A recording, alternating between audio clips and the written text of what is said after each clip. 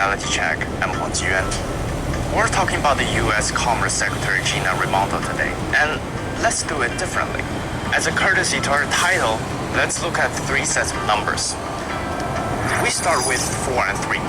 Gina Raimondo is the 4th high-level U.S. official to visit China in 3 months. 4th in 3 months. The visit did produce some results. The 2 countries set up a working group that will hold deputy ministerial level meetings twice a year to seek solutions to specific business issues.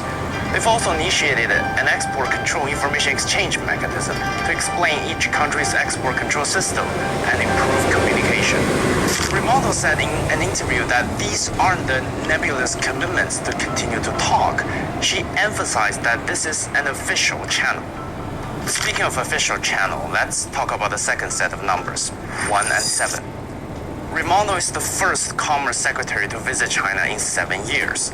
Since the previous administration, trade between the 2 countries has been increasingly distorted by the so-called national security concerns. Before her trip, one New York Times headline stated that Raimondo heads to China to both promote trade and restrict it.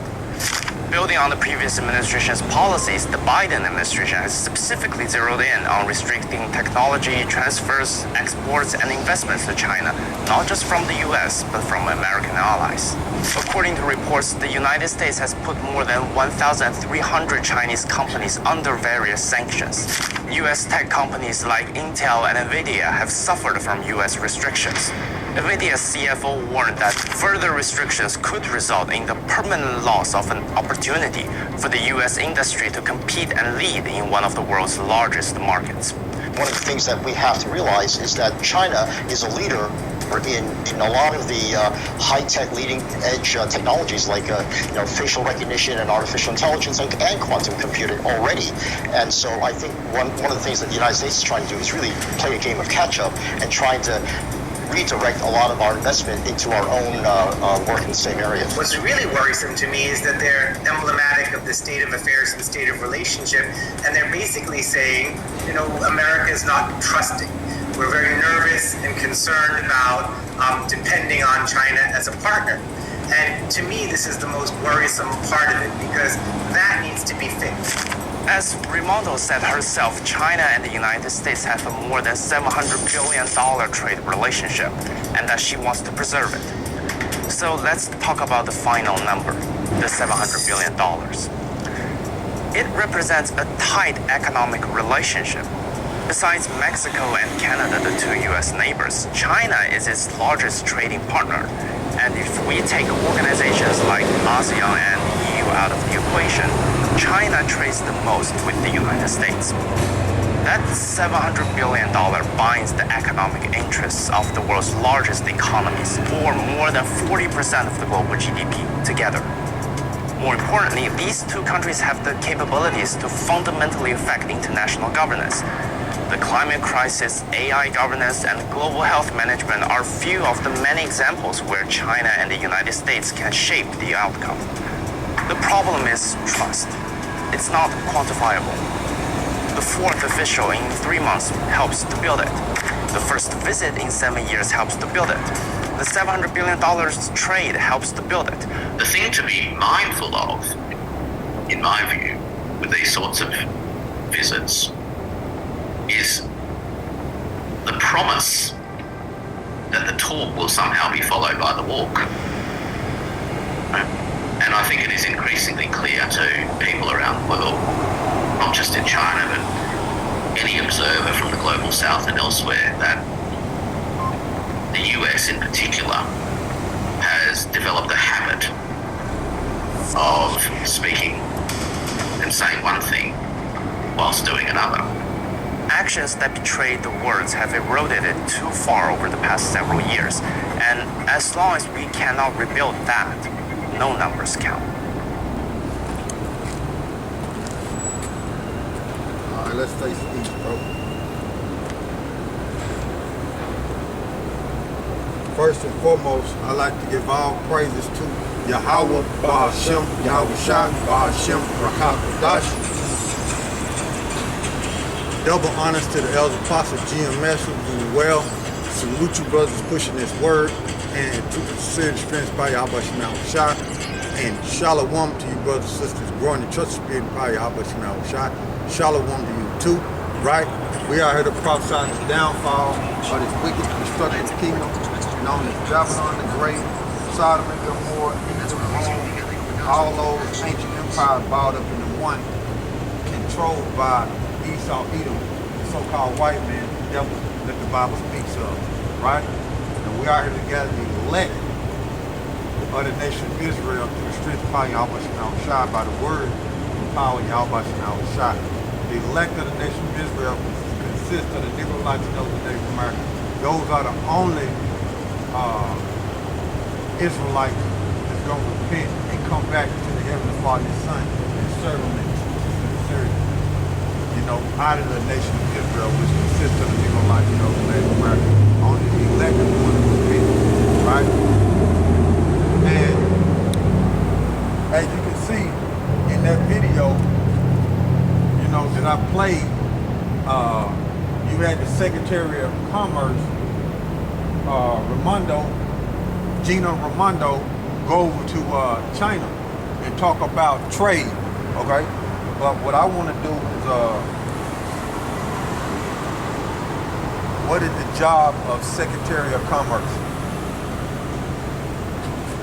Let's see. Gina Raimondo, that's her name.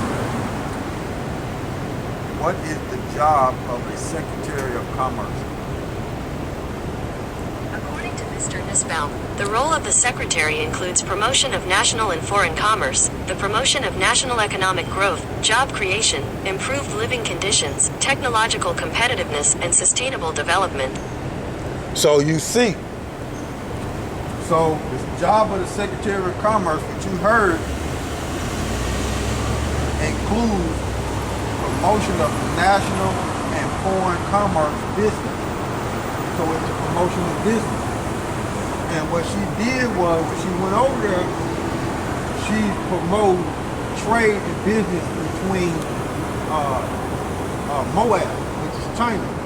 But in the video, when you watch it, they looking at that, which they lined out other people who've been over there, even Janet Yellen been over there.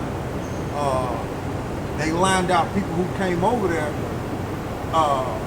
to try to ease the tensions between China and America. And here it is, you got the Secretary of Commerce going over there to promote business, okay, between China and America. Now, why the Secretary of Commerce ain't came into the Negro, Latinos, and Native American community and said, look, we want to promote y'all business. Right. Why you going way over there talking to Moab, the Chinese, when the Negro, Latinos, and Native Americans is the one that built up this country? Right. But you going way over there and talking to the Chinese, right, to promote trade and business with them instead of building up and helping the Negro, Latinos, and Native Americans who built up this country so it can continue to only be built up. Why you ain't doing that? You see? But you going over there. And then when you watch the video, China, hold on, let me get this. First more this.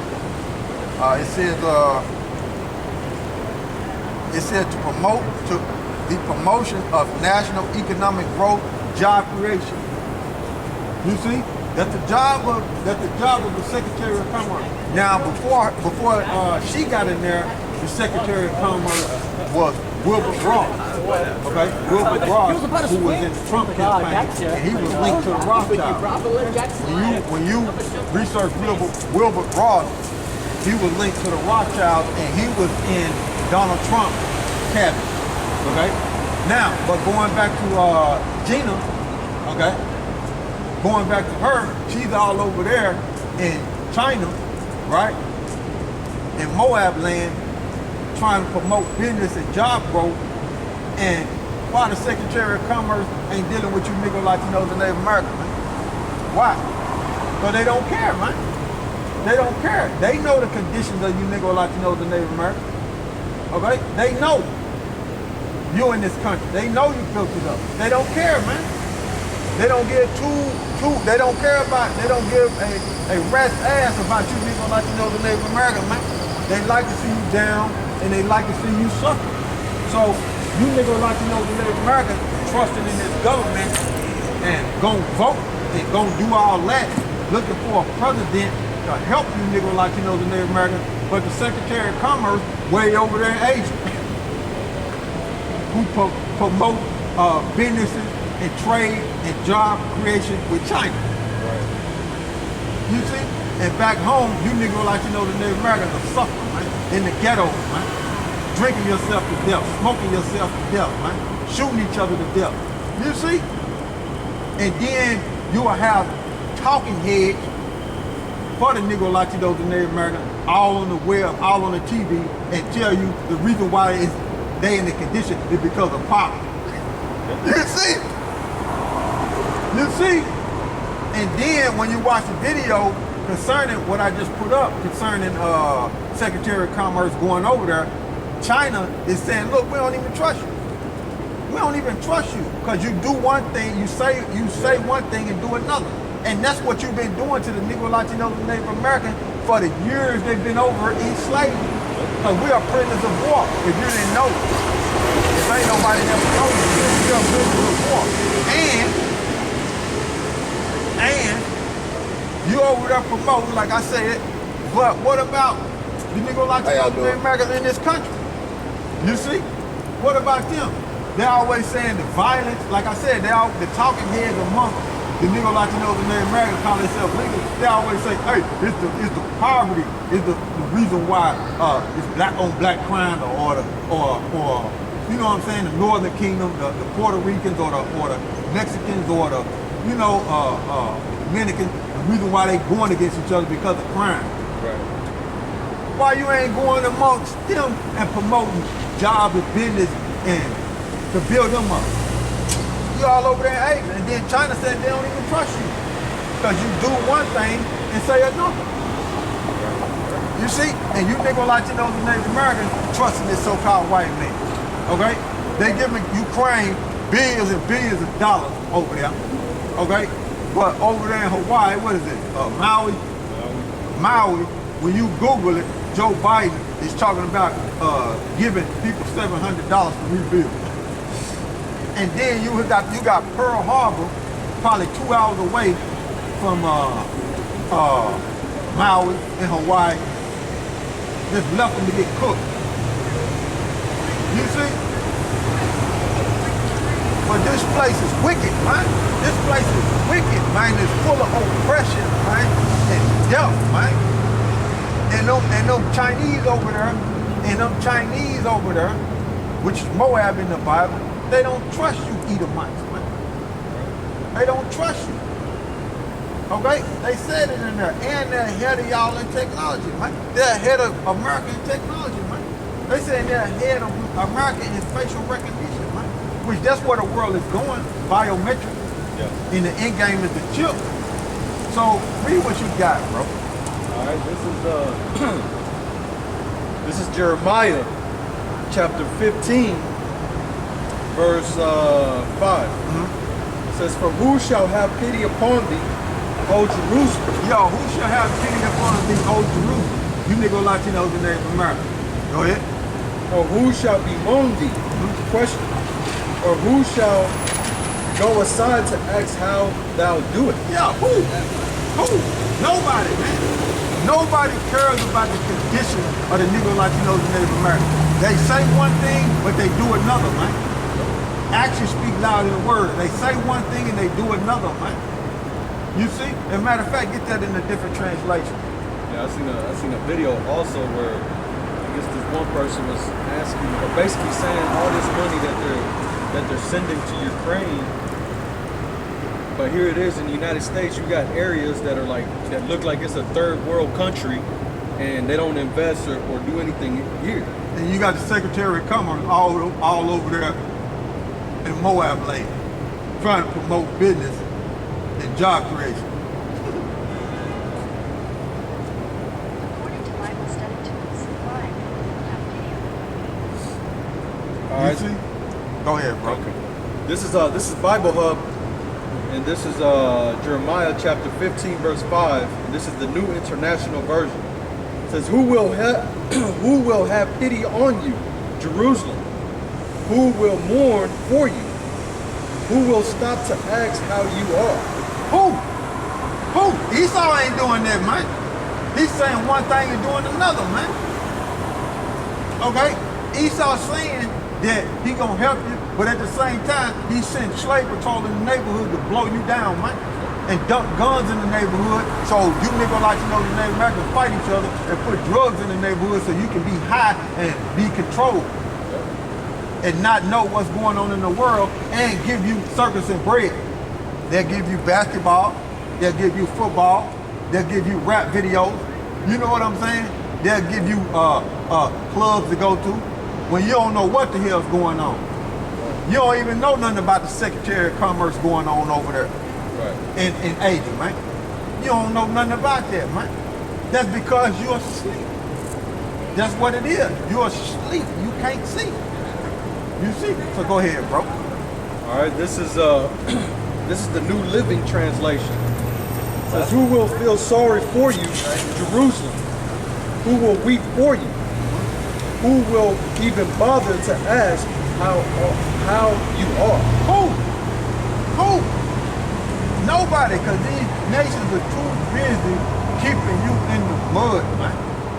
Keeping you at the bottom with the rats and roaches, man. See?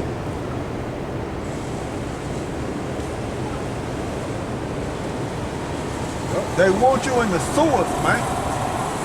And that's where they feel like you belong, man. Beneath them, in the sewers, man. And poverty, man. You see, as a nation, I ain't talking about as an individual. I'm talking about as a nation, man.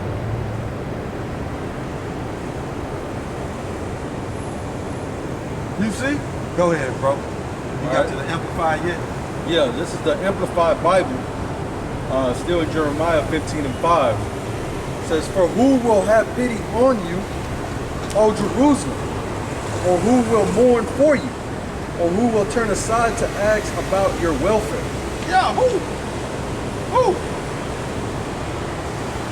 Man, these people don't care nothing about you, man. They study stuffing Jake in the prison. They don't care nothing about you. That's why we need a savior, man. That's why we need a savior, man. You see? That's why we need a savior, man.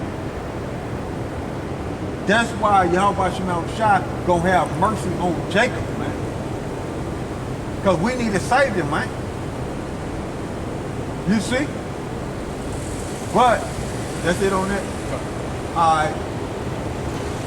Give me Deuteronomy 28. Deuteronomy 28 in like it might be 40. What I want to do, Deuteronomy 28 and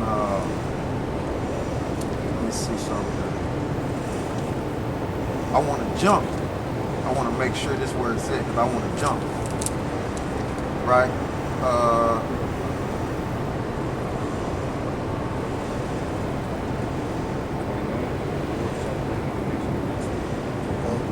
No. I want to make sure that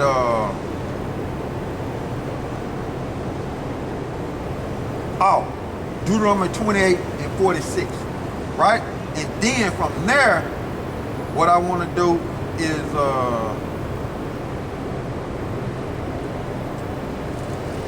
read that first. All right, this is Deuteronomy chapter 28, verse 46. And they shall be upon thee for a sign and for a wonder, and upon thee thy seed forever. So that's talking about the curses. What I want to do is look that up in a different translation.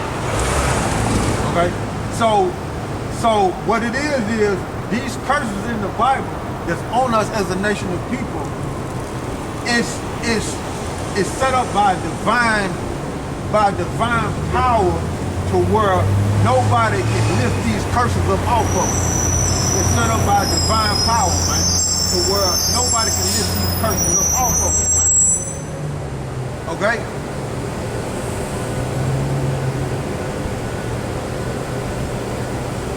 All right, this is the Bible Hub. This is Deuteronomy chapter 28, verse 46. This is the New International Version. It says, "They will be a sign and a wonder to you and your descendants forever." This is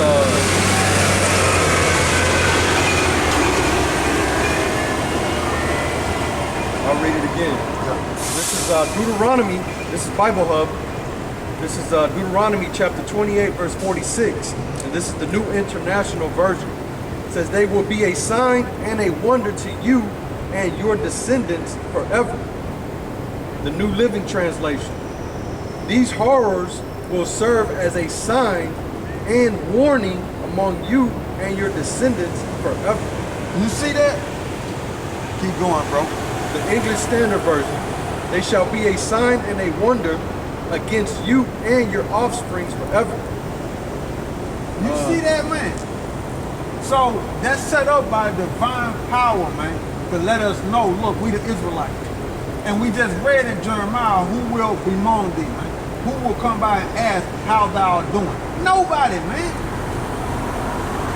Nobody. And you got the Secretary of Commerce, which is the face of money in America, going over to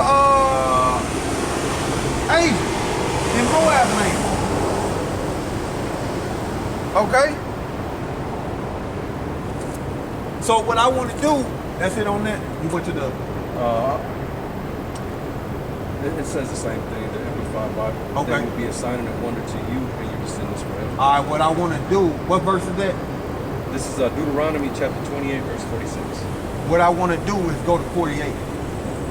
Just click it and go to, you know what I'm saying? Click over and go to 48. And just read the King James Version first.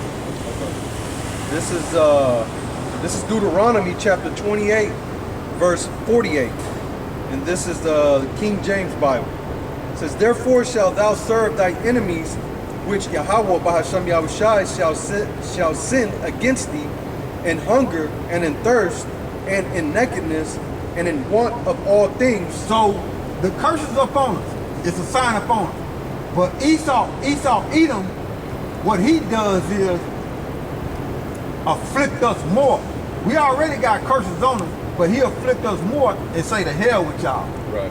See, he got the system and the structure to help us, but what he does is the hell with y'all, starve.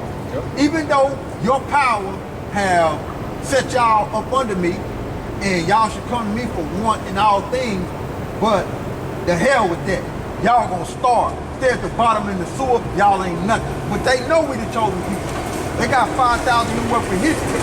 And the previous video I just put up, that book concerning James the Deer, concerning the North American Indians, those are records that when they came over here, they encountered the tribes and what they was doing. So they knew prior to taking this land and putting them in the condition that they was in, putting them in the condition that they in on them reservations, when they women getting raped and they drinking themselves to death, okay, and putting them on lands that's not fertile, they knew they was the Israelites. They knew it. Just like they know we the Israelites. The choppy leaves, they know. They know. They got 5,000 years worth of history, man. They know. They know exactly who we are, man. They know we ain't no African Americans, man. Them two continents and two white men who the continent was named after us, man. They know we ain't that. You see? But those are proverbs and bywords, which when they call us that, they making mockery of us. You see?